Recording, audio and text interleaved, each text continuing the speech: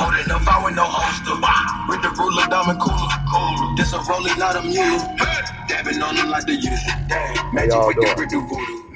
Reverend Sherman D. Manning joining you live from Los Angeles, California. Yes, that was, I guess, rap music or whatever you heard in the background. Yes, precisely. That is exactly what it was.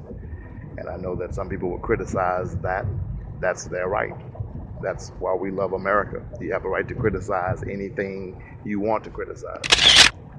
And I have a right to criticize this president if I elected to do so. But as I told you all in a podcast a few days ago, I decided that as a preacher, as a member of the clergy, that I am going to withhold some of my personal criticisms of the man while he holds the position that he holds.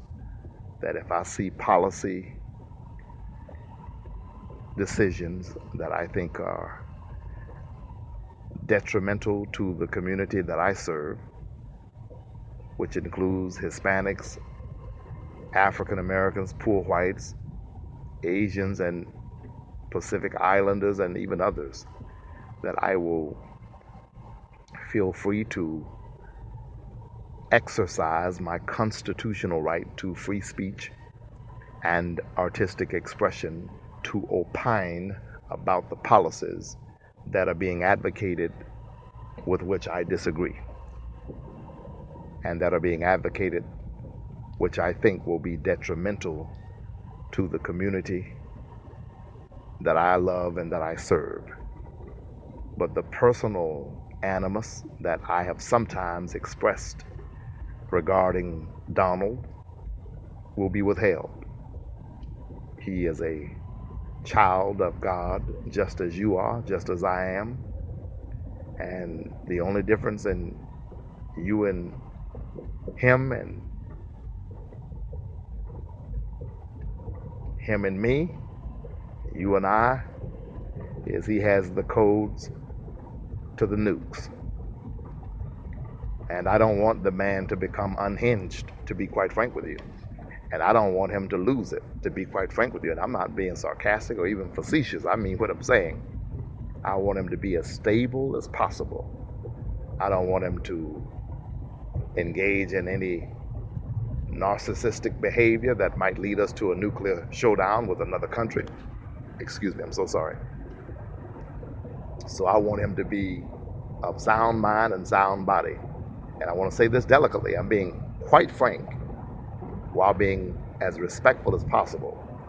There have been some times that I have listened to what Mr. Trump has said, that it has made me question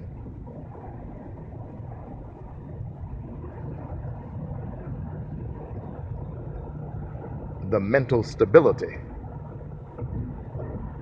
of the person who was uttering those words at that time, literally. And when I am afraid that you might be unstable and you have the codes to the nukes, you could virtually end the world as we know it. I'm going to pray for you. I think it's very, very important that I pray for you, and I mean that from my heart. So all of the little criticizing and nitpicking on the side and calling him a racist and all that other good stuff that many might have enjoyed me doing and saying, and many might have concurred with that assessment and with that conclusion, and that conclusion may or may not still remain authentic and correct. I don't have the time for that. I'm too busy engaged in spiritual warfare, that the Lord would give us more time to evangelize the earth, to win the lost at any cost for the boss, to transform the lives and minds of men and women all across this globe. I'm engaged in spiritual warfare, so I'm going to pray for the man. You do what you want to do. I will not criticize those who criticize him, but I'll pray for him. One moment, ladies and gentlemen, one moment. Yes, hello?